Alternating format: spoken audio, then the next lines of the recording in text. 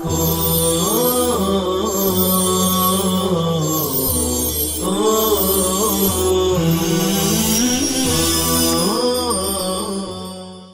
اللہ الرحمن الرحیم الحمد للہ کفا وسلام علی عبادہ الذین اصطفى اما بعد وصلی اللہ علی النبی الکریم بخلاف ما اذا قلت العاقلة بعد القضاء علیہم۔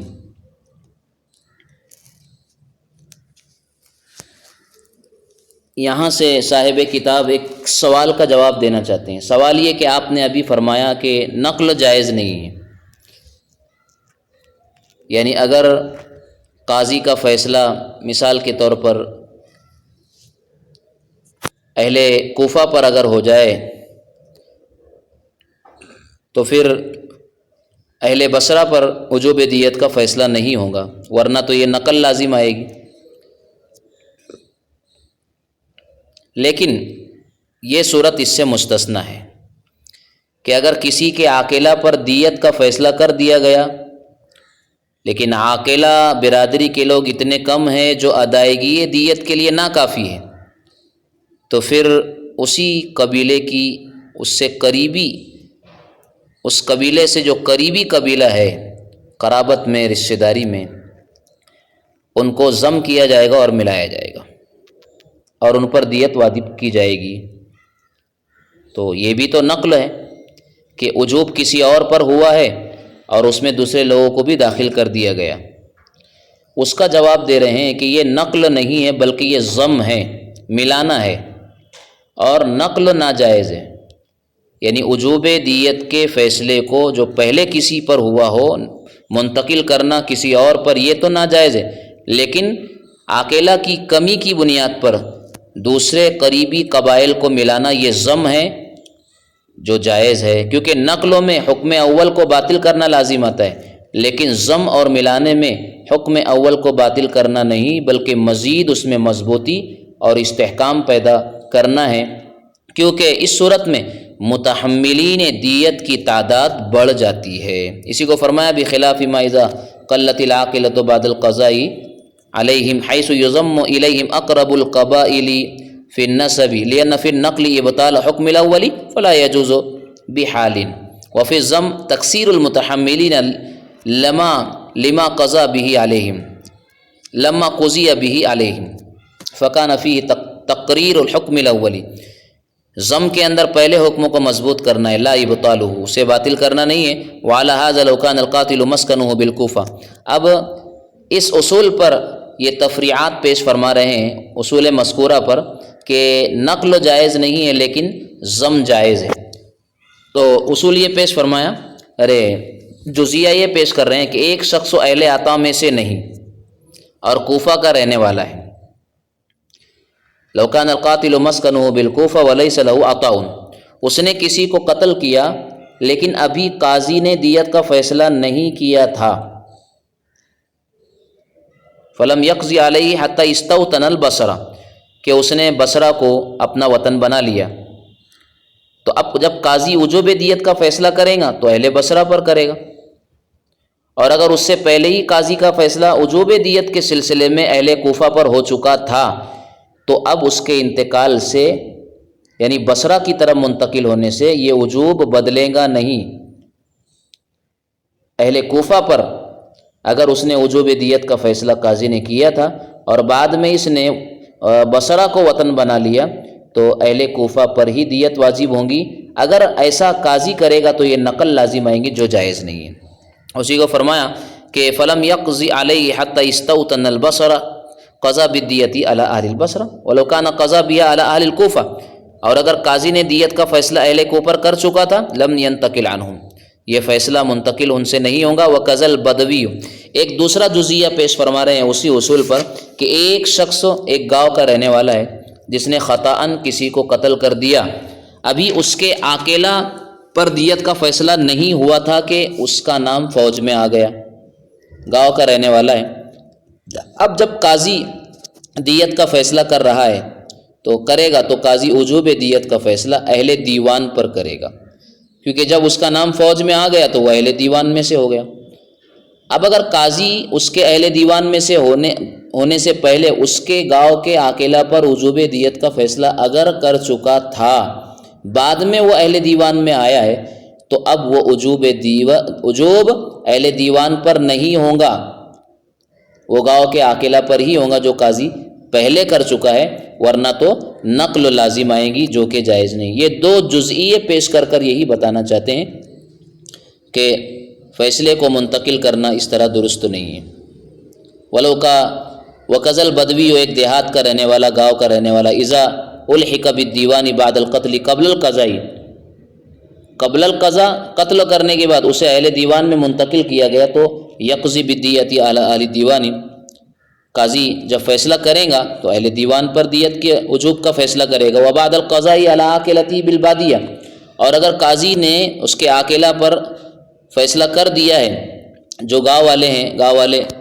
خاندان پر، لا یتحول عنہم، اب یہ فیصلہ اور یہ وجوب دیت کا حکم اہل دیوان کی طرف منتقل نہیں ہوگا۔ وہذا بخلاف ما اذا كان قوم من اہل البادیہ قضى بالدیت علیہم فی اموالہم فی 3 سنین ثم جعلهم الامام فی العطاء حیث تسیر الدیت فی عطایاہم فی عطیاتہم وان كان قضى بها اول مرة فی اموالہم۔ اب یہ اسی اصول سے ایک استثنائی شکل پیش کی جا رہی ہے کہ ایک گاؤں کا خاندان ہے، ان میں سے کسی نے خطان کسی کو مارا، قتل کیا، اب اس کے عاقلہ یعنی خاندان کے اوپر دیت کو واجب کر دیا گیا، تو ظاہر سی بات ہے دیت ان کے اموال میں، ان کے ذاتی مالوں میں جو وہ کماتے ہیں قسط وار 3 سالوں میں ادا کی جائے گی۔ مگر اس فیصلے کے بعد ایسا ہوا کہ امام نے اس پورے خاندان کو اہل عطا میں سے قرار دیا، یعنی ان کو سالانہ عطیات بیت المال کی طرف سے، امام المسلمین کی طرف سے ملنے کا فیصلہ صادر کیا گیا۔ تو ظاہر سی بات ہے قاضی نے وجوب دیت کا جو فیصلہ ان کے ذاتی اموال میں کیا تھا، اب دیت ان کے عطایا میں واجب ہوگی، اور انہی عطایا میں سے جو سالانہ انہیں ملیں گے ثلث دیت کو وصول کیا جائے گا، سالانہ ثلث دیت وصول کیا جائے گا۔ اب بظاہر یہ بھی ایسا معلوم ہو رہا ہے کہ حکم اول کو باطل کرنا ہے اور حکم ثانی کو ثابت کرنا ہے، مگر یہ ایسا نہیں ہے، کیونکہ قاضی نے وجوب دیت کا فیصلہ ان کے اموال میں کیا تھا، اور عطیات بھی انہی کے اموال ہیں، اور یہ اصول آپ پہلے پڑھ چکے ہیں کہ دیت اس مال میں واجب کی جاتی ہے جس سے دیت کی ادائیگی سب سے زیادہ آسان ہو، اور ظاہر ہے کہ عطایا میں سے دیت کا ادا کرنا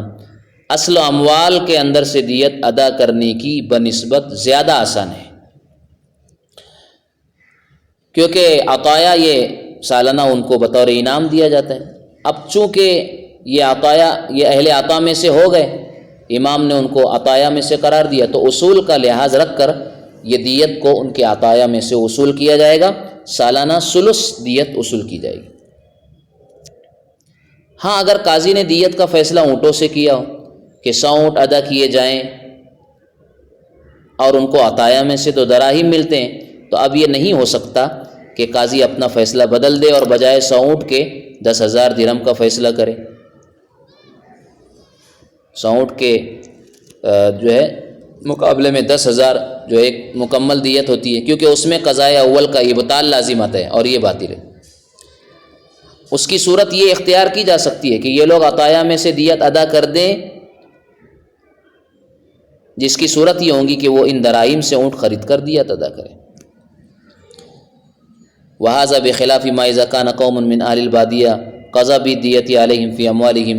فِي 3 سِنِينَ ثُمَّ جَعَلَهُمُ الْإِمَامُ فِي الْعَطَايَا حَيْثُ تَسِيرُ الدِّيَةُ فِي عَطِيَّاتِهِمْ، اب جو ہے دیت عطیات میں سے ہوگی۔ وَإِنْ كَانَ قَضَى بِهَا أَوَّلَ مَرَّةٍ فِي أَمْوَالِهِمْ، اگرچہ کہ قاضی نے پہلی مرتبہ فیصلہ دیت کا ان کے مالوں میں کیا تھا، لِأَنَّهُ لَيْسَ فِيهِ نَقْضُ الْقَضَاءِ الْأَوَّلِ، یہ پہلے قضا اور فیصلے کو توڑنا نہیں ہے، لِأَنَّهُ قَضَى بِهَا فِي أَمْوَالِهِمْ، اس لیے کہ قاضی نے فیصلہ دیت کا ان کے اموال میں کیا ہے، وَعَطِيَّاتُهُمْ أَمْوَالُهُمْ، اور ان کے عطیات بھی ان کے مال ہے، غیر ان الدِّيَةَ تُقْضَى مِنْ أَيْسَرِ الْأَمْوَالِ أَدَى، اور یہ بات جانتے ہیں آپ کہ دیت کو ایسے مال سے ادا کیا جاتا ہے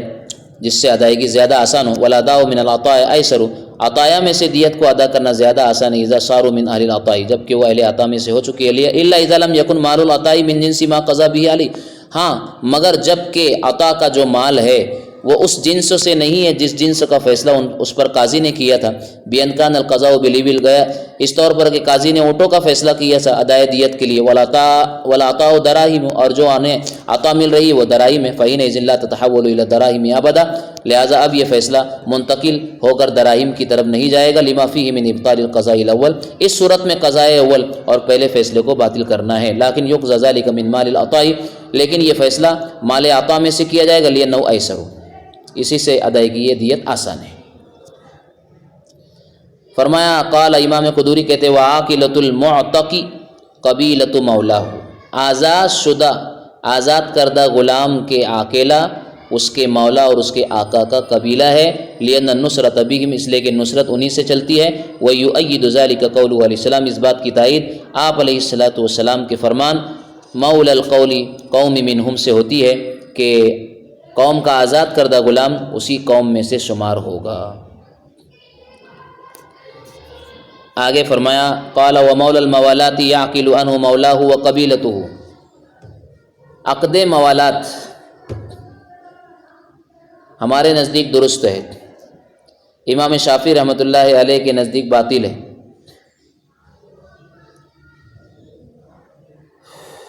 ہدایہ جلد 40 میں کتاب الولا کے اندر تفصیل سے یہ بات گزر چکی ہے، لہذا اگر ہمارے نزدیک اگر دو شخصوں میں عقد موالات قائم ہوا اور اس سے کوئی خطا سرزد ہوئی تو اس کا مولا موالات اور مولا کا خاندان اس کی دیت ادا کرے گا، جس طرح ولائے عتاقہ یعنی ایک ایسا شخص جس کا دنیا میں کوئی قریب اور دور کا رشتہ دار نہ ہو اور کوئی شخص اس کو خرید کر آزاد کر دے تو اس آزاد کردہ غلام کی ولا آزاد کرنے والے معتق اور مولا کو ملتی ہے، اس لیے کہ ولائے عتاقہ باہمی تناصر کا ذریعہ ہے، اس طرح ولائے موالات بھی باہمی تناصر اور کا ذریعہ ہے، اس لیے مولا الموالات اس کی طرف سے دیت ادا کرے گا، یعنی آقا کا قبیلہ اور خاندان، لأنہ ولاء یتناصر بھی، یہ ایسی ولا ہے جس سے مدد لی جاتی ہے ایک دوسرے سے، فاشبہ ولاء العتاقہ فاشبہ ولاء العتاقۃ وفیہ خلاف الشافعی رحمہ اللہ تعالی وقد مر فی الولاء، قال ولا تعقل العاقلة اقل من نصف عشر الدیة وتتحمل نصف العشر فصاعدا، والاصل فیہ حدیث ابن عباس رضی اللہ عنہ ما موقوفا علیہ ومرفوعا الی رسول اللہ صلی اللہ علیہ وسلم لا تعقل العواقل عمدا ولا عبدا ولا صلحا ولا اعترافا ولا ما دون عرش الموزحة، وعرش الموزحة نصف عشر بدل النفس، ولأن التحمل للتحرز عن الإحجاف ولا إحجاف في القليل وإنما هو في الكثير۔ عاقلہ پر دیت کا وجوب اس لیے ہوا ہے کہ قاتل پریشانیوں میں مبتلا نہ ہو جائے، کہ ابھی پوری دیت اگر قاتل پر واجب کی جائے گی تو ظاہر سی بات ہے وہ ہلاک ہوں گا، اور قاتل کا پریشانی میں مبتلا ہونا اسی وقت ہوگا جب کہ دیت زیادہ ہو، اور اگر دیت کم اگر ہے تو پریشانی میں مبتلا نہیں ہوگا، پھر قلیل و کثیر کے درمیان تحدید عقلوں سے نہیں ہو سکتی، یعنی کسے قلیل کہیں گے اور کس دیت کو کثیر کہیں گے، تو یہ بات تو نص سے ہی واضح ہو سکتی ہے، اور نص نے بتا دیا کہ نصف عشر سے کم، یعنی اگر پوری دیت کے 20ویں حصے سے بھی کم دیت واجب ہو تو اس کو عاقلہ ادا نہیں کریں گے بلکہ اس کو خود قاتل ادا کرے گا، کیونکہ یہ قلیل ہے، نصف عشر سے کم یعنی پوری دیت کے 20ویں حصے سے کم۔ ہاں اگر 20واں حصہ یا اس سے زیادہ مقدار دیت کی واجب ہو تو اس کو کثیر شمار کیا جائے گا اور دیت عاقلہ پر واجب ہوگی، گویا قلیل اور کثیر کا معیار نصف عشر اور نصف عشر سے کم ہونا ہے۔ چنانچہ یہاں حضرت عبداللہ ابن عباس کی ایک حدیث ہے جو موقوفاً اور مرفوعاً دونوں طرح مروی ہے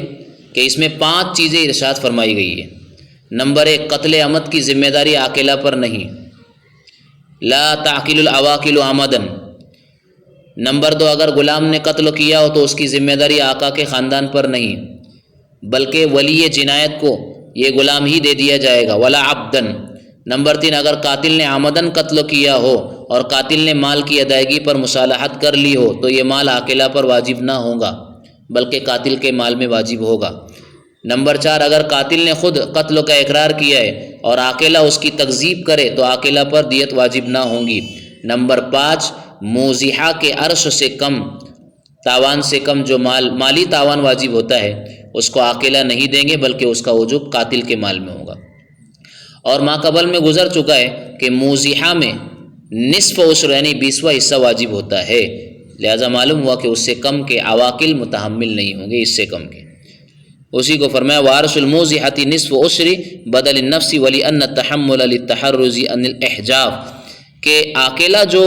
دیت کو برداشت تو کرتے ہیں وہ احجاب سے تحرز کے لیے یعنی قاتل کو ہلاکت سے بچانے کے لیے، ولا احجاب فی القلیل، قلیل میں احجاب اور ہلاکت نہیں، وانما هو فی الکثیر، ہلاکت و پریشانی تو کثیر مقدار میں ہے۔ والتقدیر الفاصل،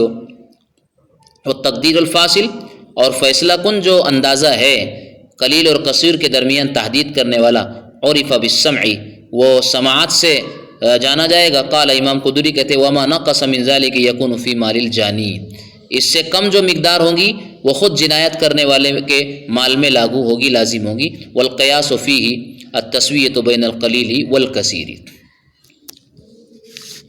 نصف عشر سے جو کم ہے وہ عاقلہ پر نہیں ہے، ہاں جو نصف عشر اور اس سے زیادہ ہو وہ عاقلہ پر ہے۔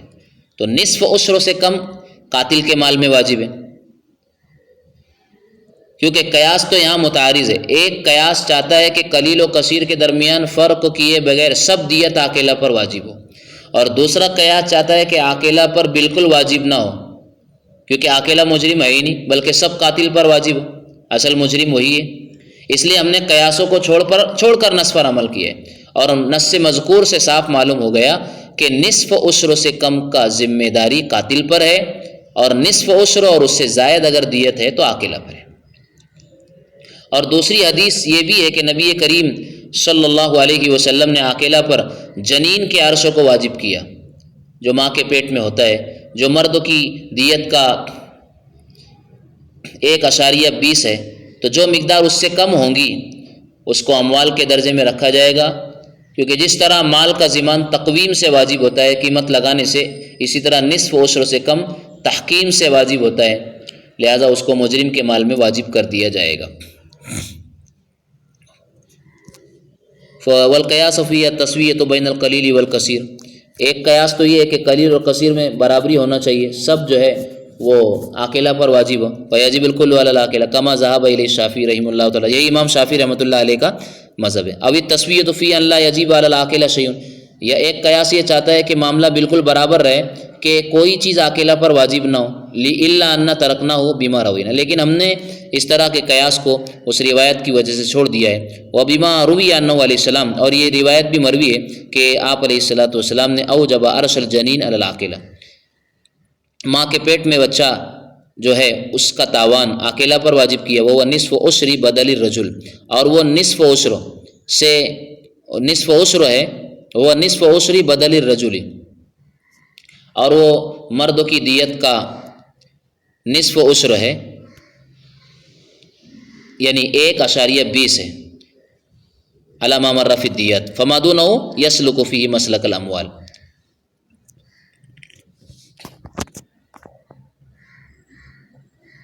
جنین کے عرش کو عاقلہ پر واجب کیا، اور وہ عرش جو جنین کا ہے مرد کی دیت کا نصف عشر ہے، پر جو اس سے کم ہو اس کو اموال کے درجے میں رکھا جائے گا، لأنہ یجب بالتحکیم، اس لیے کہ یہ اس سے کم یعنی نصف عشر سے کم حکم کے فیصلے سے واجب ہوگا، جیسے مال کا ضمان تقویم سے واجب ہوتا ہے۔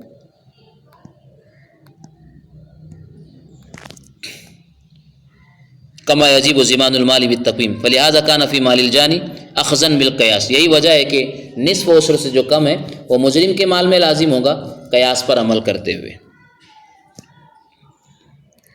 ولا تعقل العاقلة جناية العبد ولا ما لزم بالصلح او باعتراف الجاني لما رویناہ ولأنہ لا تناصر بالعبد والاقرار والصلح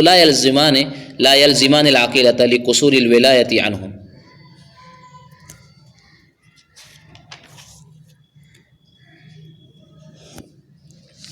یہ اس عبارت میں وہی باتیں ذکر کی جا رہی ہے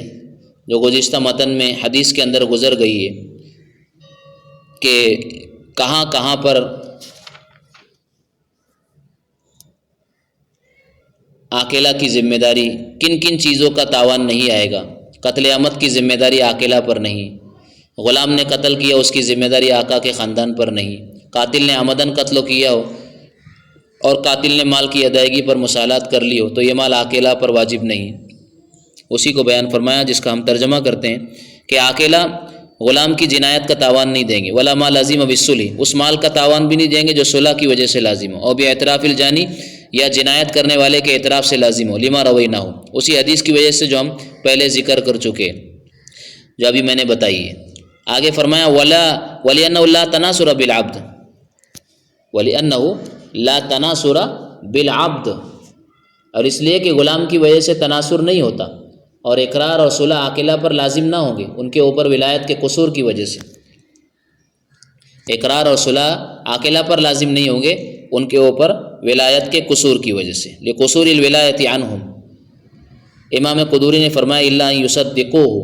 کہ عاقلہ مگر اس کی اگر تصدیق کر دے کہ وجوب ان کی تصدیق سے ثابت ہوا ہے، لأنہ ثبت بتصادقہم والامتناع کان لحقہم، اور وجوب کا جو ممتنع ہونا یعنی عاقلہ پر صلح اور اقرار لازم نہیں ہوگا، اس کا جو امتناع تھا ان کے حق کی وجہ سے تھا، اور عاقلہ کو اپنے نفس پر ولایت حاصل ہے، وہ خود اگر تصدیق کر رہے ہیں تب تو پھر ان کے اوپر ان کی تصدیق کی وجہ سے ثابت ہوگا۔ ومن اقر بقتل خطأ ولم يرفعه الى القاضي الا بعد سنين قضى عليه بالدية في ماله وفي 3 سنين من يوم يقضى۔ قتل خطا میں دیت عاقلہ پر واجب ہوتی ہے جبکہ قتل کا ثبوت بینہ سے ہو، اور اگر خود قاتل کے اقرار سے ہو تو دیت قاتل کے مال میں ہوتی ہے، اور دونوں صورتوں میں دیت کی ادائیگی 3 سالوں میں ہوگی، اور مدت کا آغاز قاضی کے فیصلے کے وقت سے ہوتا ہے۔ اب اگر کسی نے قتل کا اقرار کیا یعنی خطا کا، قتل خطا کا، اور چند سالوں تک یہ مقدمہ قاضی کے پاس نہ پہنچ سکا اور کئی سال کے بعد پہنچا، اب یہ مقدمہ قاضی کے پاس پہنچ رہا ہے تو قاضی نے قاتل کے مال میں دیت کا فیصلہ کر دیا، تو اس دیت کی ادائیگی 3 سالوں میں ہوگی، اور مدت کا آغاز اب قاضی فیصلے کے وقت سے ہوگا، نہ کہ قتل کے وقت سے۔ بس یہی بات اس میں بیان کی گئی ہے کہ کسی نے خطان قتل کیا ولم یرفع الی القاضی، قاضی تک مقدمہ نہیں پہنچایا، الا بعد سنین، چند سالوں کے بعد، قضا علیہ بالدیۃ یا فی مالہ، تو قاضی دیت کا فیصلہ کرے گا قاتل کے مال میں 3 سالوں کے اندر، من یوم یقضی، جہاں سے قاضی کا فیصلہ آئے گا وہیں سے مدت کا آغاز ہوگا۔ لأن التعجیل من وقت القضاء فی الثابت بالبینہ، اس لیے کہ تعجیل قضا کے وقت سے ہوتی ہے، مدت کا شمار قضا کے وقت سے ہوتا ہے اس قتل کے اندر جو بینہ سے ثابت ہوا ہو، پر جو قتل اقرار سے ثابت ہوا اس میں بدرج اولا تعجیل اور مدت کا شمار قضاء قاضی سے ہوگا، ففی الثابت بالاقرار اولا۔ اللہ تعالیٰ ان مسائل کی باریکیوں کو ہمیں سمجھنے کی صلاحیت عطا فرمائے۔ وما توفیقی الا باللہ۔